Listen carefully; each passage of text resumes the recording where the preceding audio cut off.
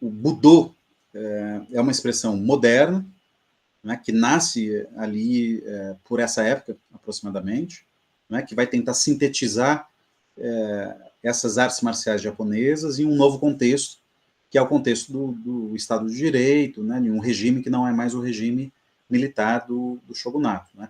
Então, aproveitar esses valores em um momento também que o Japão, como vários países, é o caso do Brasil, né, mas outros países também vão ali estar, de alguma maneira, tentando caracterizar qual que é a identidade do japonês, a identidade do Japão, e essa identidade, naquele momento, é forjada como a identidade do guerreiro, né? A identidade de um povo que faz face à morte, seja pelas características naturais do Japão, né? Os terremotos, as situações extremas, então ele está sempre nessa prontidão em face da morte, digamos assim, que se traduz também na forma como eles vão à guerra, vão à luta, né? O programa Esporte Sociedade é um projeto da Universidade de São Paulo que tem como objetivo formar um canal de análise social sobre esporte e interação com o público interessado nesse tema. O tema da entrevista de hoje é Violência e Esportes de Combate. O entrevistado é o professor titular da Universidade de São Paulo de Ribeirão Preto, Cristiano Roque Antunes Barreira. O entrevistador é o estudante de doutorado na Universidade de São Paulo de Ribeirão Preto, Marcelo Oliveira.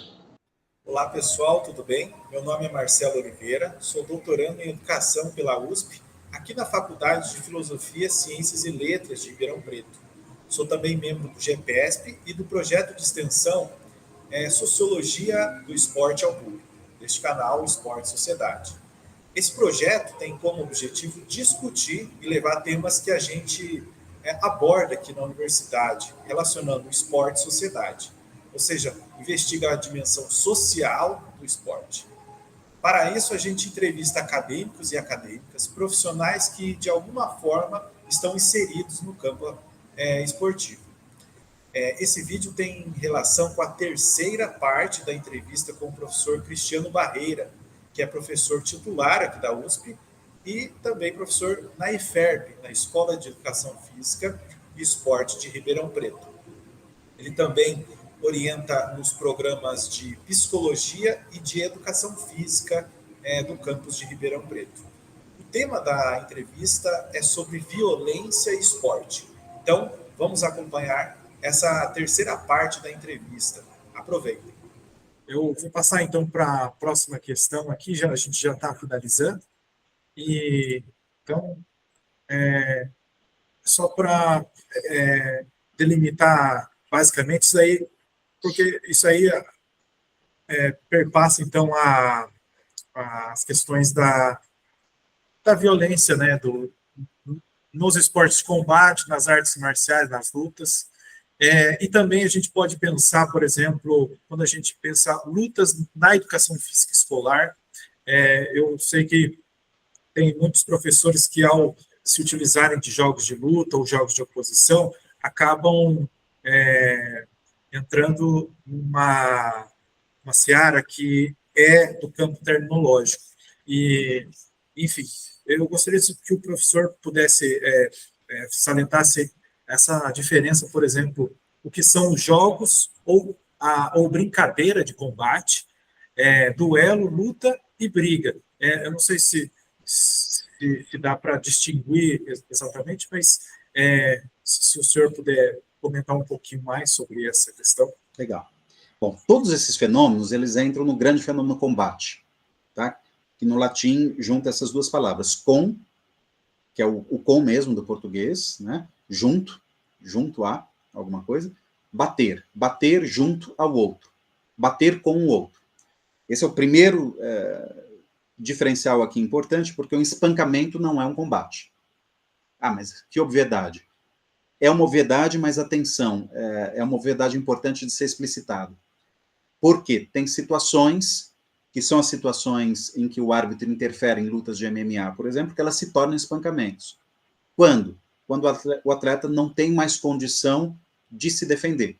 Então ele começa a ser golpeado de uma tal maneira que, mesmo que ele esteja consciente, ele perdeu as condições de se defender e cabe ao árbitro impedir que aquilo, né, se desenvolva como um espancamento.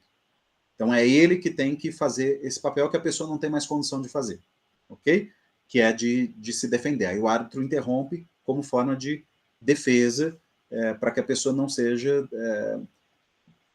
lesada ou golpeada de uma maneira arbitrária.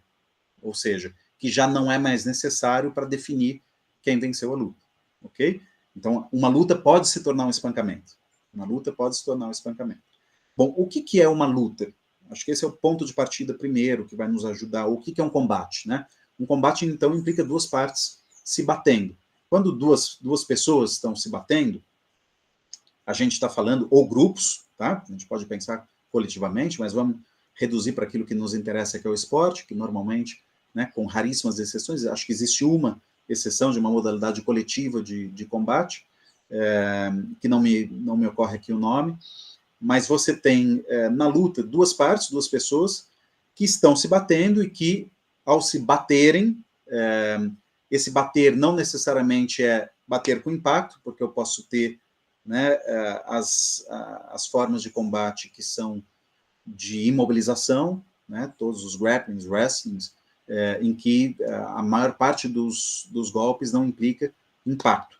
Eventualmente, a maior parte dos impactos são impactos no chão, né, ou impactos que eles não são o golpe, a finalidade do golpe, mas eles são para mediar uma pegada, alguma coisa assim, e que se ele for exagerado, né, se ele se caracterizar como um golpe percussivo, a gente tem uma falta.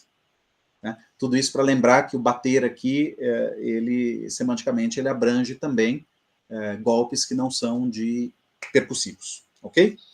Muito bem. O que a gente tem nessa situação do combate é sempre o corpo ou os corpos implicados como alvo e como também o instrumento da ação. Eu posso até ter uma mediação aqui, uma espada, um bastão, ok? Mas essa mediação ela é uma extensão do corpo, e o meu corpo ele é o alvo do outro, e o corpo do outro é o meu alvo, né? Em que eu estou usando essa extensão ou o meu corpo para golpeá-lo, para neutralizá-lo de alguma maneira, de acordo com a norma de cada modalidade. Isso nos esportes de combate é válido, mas, Marcelo, também é válido numa briga. Na briga, também há, na briga física, né, também há isso, alguém golpeando o corpo do outro com qualquer instrumento e podendo ser golpeado. Né, quando há uma briga, que é uma situação violenta, claramente violenta. Só que o que acontece na briga que não acontece na luta, ou que pode não acontecer, ou que se acontecer, acontece com um certo limite. O que define a motivação de quem briga é a pessoa ser tomada emocionalmente pela hostilidade. É aquele momento em que a vivência é de ficar cego para o outro, enquanto tal, enquanto outro. Né? O outro, ele comparece para mim só naquela condição de ameaça e de negatividade, e eu o ataco, porque eu quero anulá-lo na sua motivação naquele momento. Naquele momento eu fiquei cego para o outro e o ataco. Isso é brigar. Acontece que a gente sabe que, eventualmente, lutando, alguém começa a brigar. E aí, pode ser que isso se desdobre em violência, claro, que vai depender também desse que é vítima desses golpes, reconhecer isso como intencionalmente violento, né, hostil, ou ele pode reconhecer que é isso, mas tem uma capacidade de domínio que impede o outro de concluir isso como uma briga. Então, a gente tem, nesse caso, que é o caso em que alguém é um expert na forma de combate, o outro é um iniciante, por exemplo, que pode se descontrolar e atacar e começar a brigar. Então, ele começa subjetivamente a começar a brigar, mas é como se ele não conseguisse concluir as suas ações como as ações de uma briga, porque ele é dominado de uma tal maneira pelo outro que isso não é vivido como briga. Ou o outro consegue escapar de uma tal maneira que ele tenta, se exaure, né, e vivenciou aquilo como uma hostilidade terrível, como algo que ele, né, depois fala, caramba, nunca mais quero vivenciar isso, mas objetivamente não se reconheceu uma briga acontecendo, porque o outro soube impedir que aquilo se consumasse como briga. Percebe, portanto, como a intersubjetividade, que também aqui na fenomenologia, quando a gente fala de intersubjetividade, isso passa pela corporeidade também, ok? Não é algo mental, é algo do vivido. Ela é determinante, porque eu tenho a importância das duas partes para definir se aquilo se tornou ou não uma briga. Portanto, a gente já diferenciou aqui, né? A gente já falou do combate de maneira geral, da luta e da briga. Ao lado disso, a gente tem a situação do duelo, que eu mencionei antes, né? O duelo, diferentemente da briga, ele não começa como uma tomada hostil, em que eu fico cego para o outro e o ataco. Ele começa por um desafio. Algo que o outro fez, né, ou disse, ele fere a minha honra, ou ele, né, coloca em xeque a minha honra, e eu o desafio para um combate como forma de solucioná-lo. Ok?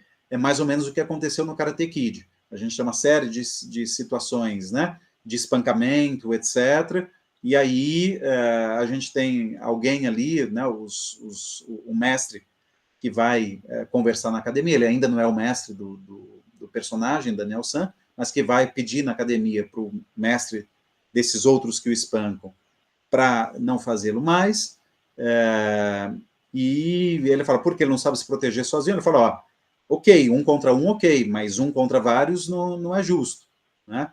E aí eles falam, então tá bem na competição. E aí eles estabelecem. Isso se caracteriza como um duelo. Olha, agora a gente vai tirar a diferença de uma maneira que é regrada, você tem normas que definem o que é o duelo, ok? Ambas as partes aceitam, mesmo que a contragosto, mas aceitam, tá? E o duelo, ele tem essa característica violenta porque o combate ele é usado para solucionar um problema externo à própria prática de combate. Ele é um outro problema. Então, não é que o lutador, né, esportivo ele não tem um senso de honra, mas esse é um senso de honra, ele não lute pela honra, mas é uma honra inerente à prática daquela modalidade. Não é uma honra de uma questão externa que ele leva para o tatame para combater. Senão se tornou um duelo e não mais uma disputa esportiva. E no meio de tudo isso, a gente tem um fenômeno combativo que é da máxima importância para tudo aquilo que a gente faz, que é o fenômeno da brincadeira de lutar, ou do jogo, tá? E que é um fenômeno que ele é importante porque sem ele a gente não ensina e a gente não aprende. Ou eu brinco de lutar, ou eu tenho a experiência de brincar de lutar, mesmo que essa expressão possa parecer estranha. Por exemplo, no karatê, nas modalidades japonesas, que costumam ser de muita disciplina, de muito rigor, né, de muito poucos sorrisos durante a prática, embora isso tenha mudado no Brasil e mesmo no Japão, mas assim, se você vê as práticas tradicionais, é sempre muito séria, né, ou tende a ser mais séria, né, sobretudo no Japão, mais do que em Okinawa, onde existe mais descontração. Mas a gente tem... então, a noção do brincar aqui pode falar, não tem brincadeira aqui. Então, a expressão ela pode ser enganosa, porque o brincar aqui significa o quê? Eu praticar de uma maneira em que a minha determinação de vencer, ela não é absoluta. Na luta, a minha determinação de vencer e de não perder, ela está colocada. É o que vai acontecer sempre na competição. Senão, não compito bem, senão não dá disputa, digamos assim. Ok? Mas na prática, no aprendizado, eu preciso brincar. Então, eu tenho... O que é brincar? É praticar com a clareza de que tudo bem de eu não vencer. Ou tudo bem de deixar o outro vencer. Né? É o que um praticante muito experiente pode fazer com o iniciante para permitir que o iniciante lute. Por quê? Porque se ele sempre lutar, praticar com o outro para vencê-lo, o outro não luta. Então ele precisa ter esse senso lúdico, de permitir que dê jogo, que dê luta. Né? E permitir a si mesmo também que ele possa testar, que ele possa experimentar golpes que ele ainda não domina, em uma condição protegida por essa cumplicidade lúdica entre os praticantes. Né? Então, quando você tem essa diferença de nível, né, entre quem está praticando uma modalidade de jiu-jitsu, por exemplo, a gente sempre tem aquele que é o mais experiente e graduado, dando condição de luta para o menos graduado, porque senão seria sempre finalização ou um tipo de mobilização que a luta não se desenvolveria. Ao contrário, quando a gente tem uma semelhança de níveis, pessoas com o mesmo nível de graduação ou de capacidade de lutar, a gente tem tendencialmente menos, pode também ter a prática lúdica, mas a gente tem um desafio mais acirrado, mesmo que seja lúdico, mesmo que seja na brincadeira, mas mais acirrado. E essa intensificação ela vai se estabelecer aí institucionalmente na competição. A competição é o momento em que eu me coloco à prova, onde aqui eu luto de uma maneira que eu não cedo mais aquilo que de uma maneira que eu cederia com mais facilidade na prática do cotidiano, em que o elemento lúdico está colocado, essa cumplicidade, em que a gente evita se machucar, em que evita dar tudo de si, ainda que haja um desafio que me permita me desenvolver e desenvolver o ao outro, né? Então a gente teria essas diferenças todas aí. Não é propriamente uma definição de jogo, mas a gente tem as vivências que caracterizam as partes que estão envolvidas nessas diferentes formas combativas, né? De novo, luta, briga, duelo e brincadeira de lutar. Perfeito. Eu acho que ficou bem claro, principalmente para mim, essas questões das terminologias. É bem importante, até porque, não raro, eu, conversando com colegas da educação física, principalmente aqueles que se debruçam a trabalhar na educação física escolar, não raro eles me questionam como definir o luta, briga, aonde que uma briga passa a ser duelo, e por vezes eu recorro aos estudos do professor Cristiano aí para esclarecer, e eu acho que fazendo essa apresentação aqui vai deixar muito mais claro, vai atingir muito mais gente, e provavelmente pessoas que de alguma forma tiveram essa dúvida, assim como eu tive. Para finalizar, você falou da história do Japão, da origem ali, falando um pouco sobre passada do período shogunato para o período ali da Era Meiji, falou do Jigoro Kano como protagonista ali na modernização das artes marciais japonesas. A pergunta que eu queria fazer é a seguinte: analisando então essa apresentação das artes marciais modernas, né? Como o senhor entende a projeção ou mudança de objetivos antes voltado para amparar a educação japonesa, naquela perspectiva de Budô, de uma educação, de artes marciais tendo objetivos de formação no campo da educação japonesa, no período ali da Era Meiji, depois na primeira metade do século XX, e mudando de objetivos em um determinado momento da história japonesa, e passando a ter o objetivo como fenômeno para instrumentalizar corpos para a guerra. Como que o senhor entende esse fenômeno? Para resumir, né, porque isso exigiria a gente fazer um longo percurso, né? Mas o Budô é uma expressão moderna, né, que nasce ali por essa época, aproximadamente, né, que vai tentar sintetizar essas artes marciais japonesas em um novo contexto, que é o contexto do Estado de Direito, né, de um regime que não é mais o regime militar do shogunato, né? Então, aproveitar esses valores em um momento também que o Japão, como vários países, é o caso do Brasil, né, mas outros países também vão ali estar, de alguma maneira, tentando caracterizar qual que é a identidade do japonês, a identidade do Japão, e essa identidade, naquele momento, é forjada como a identidade do guerreiro, né, a identidade de um povo que faz face à morte, seja pelas características naturais do Japão, né, os terremotos, as situações extremas, então ele está sempre nessa prontidão em face da morte, digamos assim, que se traduz também na forma como eles vão à guerra, vão à luta, né? E que os samurais, eles foram idealizados, aí tem uma idealização da figura do samurai como esse guerreiro, né, que não recua, que luta até a morte, né, que se perder, ele faz o seppuku, o harakiri, né, porque a honra dele vale mais do que continuar vivo depois de ter sido derrotado, que vai se traduzir alguns anos depois dessa concepção de Budô, ou quando ela está vindo à tona aí, pela prática na Segunda Guerra Mundial dos kamikazes, né, que vão ser o exemplo, né, maior disso, desse tipo de idealização.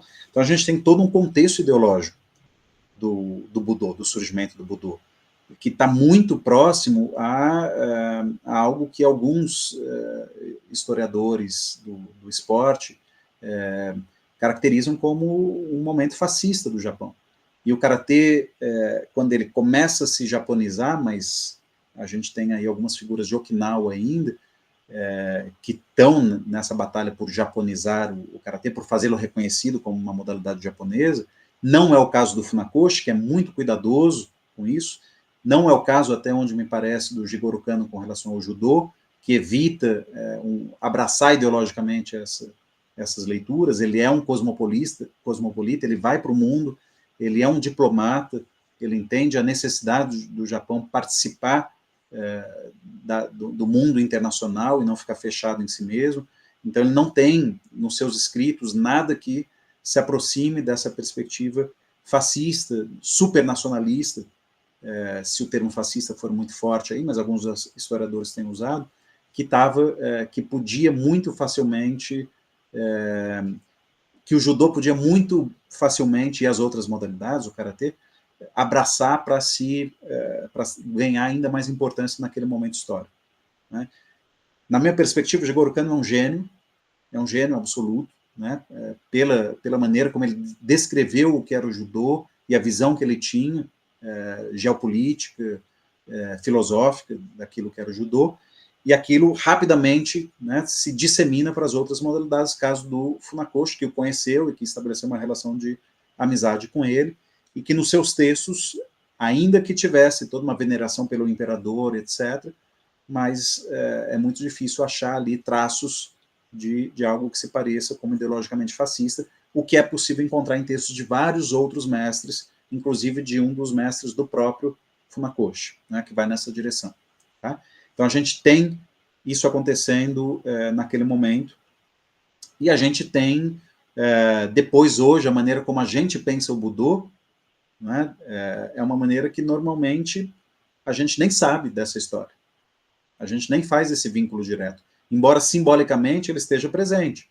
Eventualmente a bandeira do Japão, os símbolos japoneses, uma certa hierarquia, uma militarização que não era tão comum à prática das artes marciais japonesas antes, que é uma militarização ocidental, a maneira da gente perfilar, de fazer um cumprimento que pega um pouco de japonês, mas tem toda uma hierarquia que não era tão clara até aquele momento, não dessa maneira, tá? Então, uma prática que é em ordem unida, todo mundo praticando junto, né? E que nessa chegada de ocidentais, de militares ocidentais, para modernizar também as forças armadas japonesas, isso escorreu, digamos assim, para as artes marciais japonesas, foi incorporado como se fosse tudo disciplina japonesa, oriental, antigo, quando não era, são traços ocidentais, tá? E que fazia parte, sim, aí do militarismo japonês, e tem uma continuidade na maneira como a gente pratica e organiza isso, né? Eu ouvi alguém falando muito claramente disso, que é o professor japonês que mora na França e que escreveu Histoire do Karatê Do, ele escreveu em francês, o original, História do Karatê Do, e que foi traduzido para o português. O nome dele, me ajuda, você vai se lembrar dele. Se você não se lembrar, já vem, tá? Mas eu ouvi-lo falar disso na Jorescan, que é um congresso anual ou bienal que existe na França, em que se perguntou para ele, né, a respeito dessas traduções rituais. E aí ele lembrou dessa história e falou, olha, isso é ocidental, vocês que levaram para a gente. E aí perguntaria, como é que você cumprimenta os seus alunos? Atenção, porque ele veio da JK, ele foi para a França para ajudar o Taiji Kazi a dar aulas, e depois ele se afasta da JKA e ele vai desenvolver um estilo próprio de karatê, e ele fala, como é que você cumprimenta os seus alunos? Com um aperto de mão. Não tem mais. É o Kenji Tokitsu? Tokitsu, exatamente, Tokitsu. Né? E eu fui praticar com o Tokitsu, e também, né, chegando lá, toda a minha prática de karatê aguarda, cumprimenta para entrar, etc., né? E lá não tinha nada disso, e ele estranhou, né, essa espera para cumprimentar, para entrar no dojo e tudo mais, porque ele desconstruiu tudo isso, que, ao ver dele, não é próprio do karatê, são essas mestiçagens culturais que a gente não tem noção e que acha que vem de uma longa tradição antiga, centenária, etc., quando de fato não é o caso. Não estou dizendo que a gente não deva seguir esses rituais. Os rituais, eles têm uma importância disciplinar, etc., mas eventualmente ele é usado só para isso, eles são usados só como um fator disciplinar, e aí a gente se aproxima dessa mensagem, digamos assim, de corpos para a guerra, de uma disciplina que é uma disciplina alienante, e não uma disciplina em termos de formação da pessoa a partir de si mesma, no meio cultural que fornece a ela valores e capacidades e habilidades para ela se formar enquanto integridade, personalidade e capacidade corporal, né? Que eu acho que é o bonito de todas as artes marciais, né? Certo. Professor, há algum tópico que o senhor gostaria de explorar, uma questão que não foi direcionada para o senhor, que você queria até fazer uma complementação ou responder? Marcelo, não, eu acho que é interessante dizer que a partir de todos esses primeiros critérios conceituais, que são critérios que levaram bastante tempo e bastante trabalho de análise fenomenológica para chegar a esses,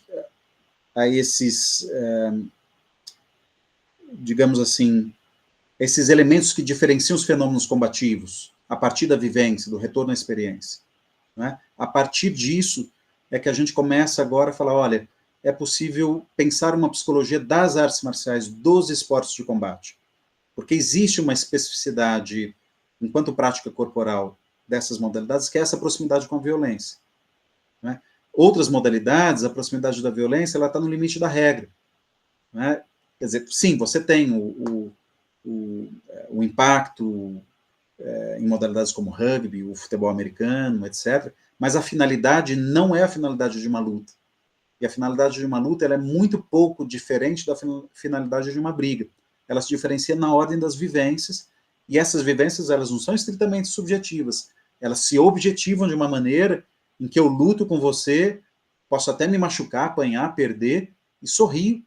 E a gente vê lutas cheias de sangue no MMA em que os lutadores acabam sorrindo, se abraçando e se cumprimentando com um respeito que não é fingido, que de fato aconteceu, né? O que não é o caso de uma briga. Acabou a briga, é ódio o que acontece ali, né? Então, diferenciar isso pela vivência é determinante. Depois de feito isso, passar a uma psicologia dos esportes de combate, das artes marciais, significa compreender, ou tem significado no nosso grupo de pesquisa, fazer todo um plano de investigações que vise compreender como é que se transita de um fenômeno a outro.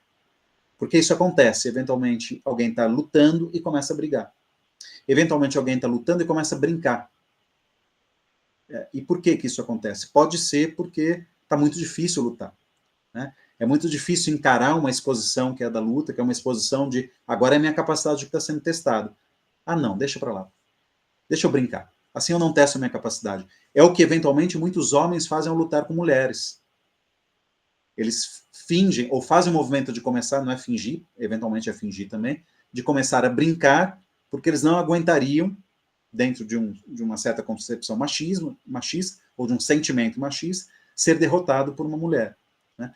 Então, essas transições entre um fenômeno e outro, elas são determinantes daquilo que se passa no registro psíquico de quem pratica, né? Então, a gente está em um outro campo aqui, que ele é determinante para a gente compreender como intervir, como as pessoas se desenvolvem como praticantes, como lutadores, como elas adquirem autocontrole, capacidade de evitar recair na hostilidade, os mestres idem, né? E que é diferente da pedagogia, né? A pedagogia da luta ela vai se direcionar a como é a melhor maneira de ensinar, de aprender, né? De mediar aqui as relações do grupo para que os processos pedagógicos tenham uma boa finalidade, em que se insere também o aspecto psicológico, mas que, de alguma maneira, a gente estava negligenciando quando não olhava para esses fenômenos. Então, toda essa trajetória que foi resumida aqui nesse conjunto conceitual, nos permite agora avançar em uma psicologia que vai nessa direção,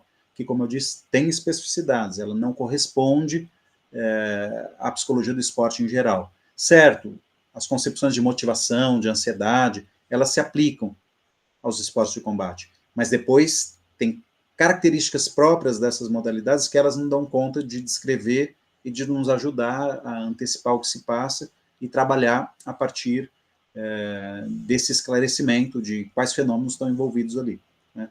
Então, acho que esse é um outro aspecto, porque não é um aspecto que esteja acabado, longe disso, é a continuidade das investigações, ele está bastante avançado, a gente tem diferentes mestrados, né, doutorados, pesquisas de iniciação científica em andamento, em uma rede que agora a gente tem trabalhado internacionalmente para evitar que os nossos resultados possam se caracterizar como estritamente brasileiros, né? A gente já tinha essa confiança de que não era, né? Primeiro, porque a gente fez em todo o Brasil, a gente está identificando esses fenômenos comparecendo de uma maneira similar, e agora a gente tem tentado e tem chegado à conclusão, comparando resultados de análise de entrevistas em Portugal, na Espanha, futuramente na França também. A gente espera depois ir para países africanos, eventualmente países asiáticos e de outras partes do mundo, mas até o momento o plano é fazer também em Moçambique, pelo menos, de modo que a gente tenha, chegue a uma teorização que possa, né, ser caracterizada como universal a respeito dessas transições combativas e dessas transições psicológicas no momento da luta. Conhecendo isso melhor, a gente pode entender como é que as pessoas se desenvolvem nessas práticas, sem aqui a gente ficar preso àquilo que a filosofia, né, que a cultura de cada modalidade tem a dizer a respeito disso. Elas têm a dizer, e isso é muito importante. As minhas primeiras pesquisas, né, no doutoramento, elas foram nessa direção. O que o karatê diz a respeito de si mesmo, né, de como é o desenvolvimento do caráter. Mas aqui eu estava dentro dessa cultura. E de lá para cá, as pesquisas estão nos levando a, cientificamente, dentro de todas as modalidades, o que se passa.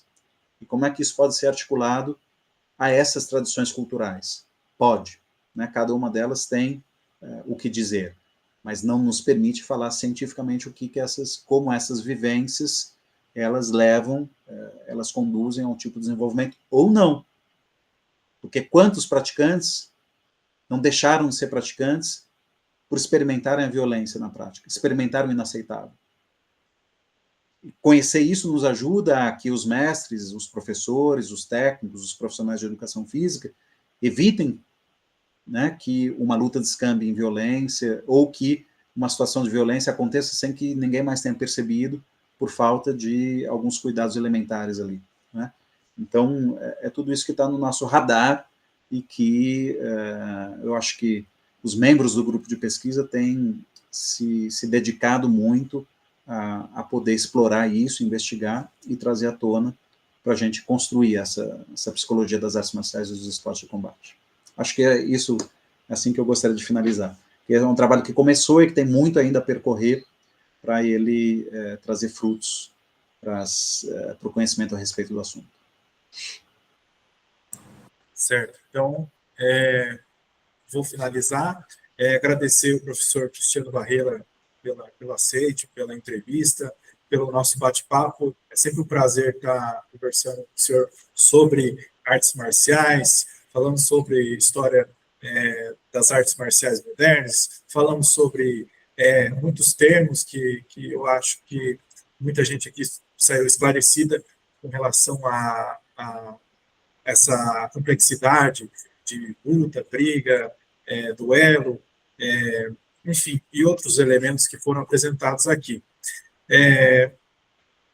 Mais uma vez, obrigado, professor, e esperamos aí entrevistá-los aí futuramente, trazendo outros temas. Eu acho que o campo das artes marciais, o campo do esporte, da educação física, ele é muito vasto, então, os fenômenos aí aos montes, e acredito que o senhor seria também um ótimo analisador, um ótimo entrevistado para falar sobre outras questões. Então, muito obrigado, esperamos aí vê-los novamente. Eu que agradeço, obrigado a todos aqueles que estão assistiram depois de tanto tempo de entrevista. A gente acho que estourou todos os limites de tempo, né, Marcelo? Mas espero que tenha sido, pelo menos, esclarecedor para aqueles que estavam interessados nesses assuntos. Um forte abraço. Se você tem alguma sugestão de tema para a próxima entrevista, por favor, acesse o link do formulário na descrição do vídeo. Será um prazer contar com sua participação.